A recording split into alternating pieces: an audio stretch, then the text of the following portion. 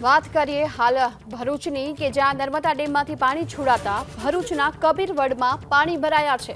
ભરૂચના કબીરવડમાંથી કેટલાક લોકોએ હાલ તો સ્થળાંતર પણ શરૂ કરી દીધું છે, કારણ કે નર્મદા ડેમમાંથી 3,50,000 જેટલું 3,50,000 ક્યુસેક પાણી છોડાઈ રહ્યું છે અને હાલ પાણી છોડાતા ભરૂચના કબીરવડ સુધી આ પાણી પહોંચી ચૂક્યા છે। જ્યાં નીચાણવાળા વિસ્તારો છે ત્યાંથી લોકોએ હાલ તો સ્થળાંતર શરૂ કરી દીધું છે।